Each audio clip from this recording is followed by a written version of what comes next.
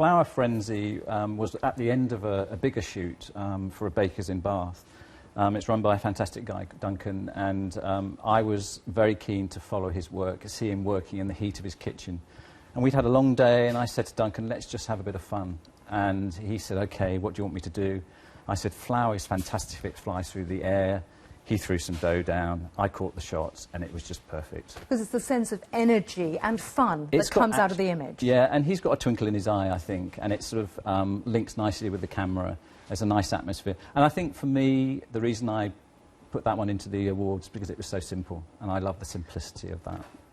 Tell us more about the day you shot it. You were just saying you went to this bakery. There are lots of pictures of bread, of the whole process.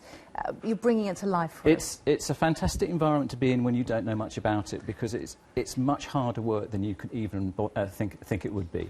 I'm in a fairly dark kitchen in the basement area, and I'm watching dough and flour suddenly turn into golden breads, and the sweat and the perspiration coming from Duncan's forehead and his two assistants.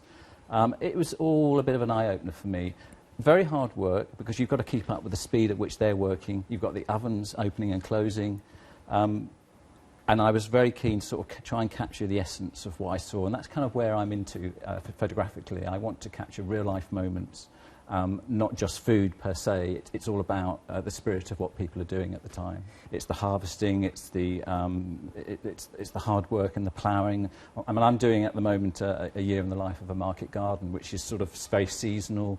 It's working in the rain, it's cutting, it's putting stuff in the fruit and veg shops, and then it's using that produce and making wonderful meals for plates. So I'm very much interested in the people that make the food, if you like.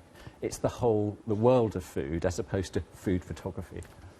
If we come back to this year's award, I think it's the fifth time this award has been given, and I read they've had 20,000 images submitted over that time. It's a lot, isn't it? Yeah. It is a lot. I think we're going to give our viewers the chance to see some more of these winning images again, including yours. But it gets harder and harder with everyone thinking they're a food photographer to make something that's original, doesn't it? It does, and it can be a bit daunting, but I think the main thing for anybody out there who wants to enter maybe next year, or any competition for that matter, is just be focused on what you're doing. Don't worry about what anybody else is doing.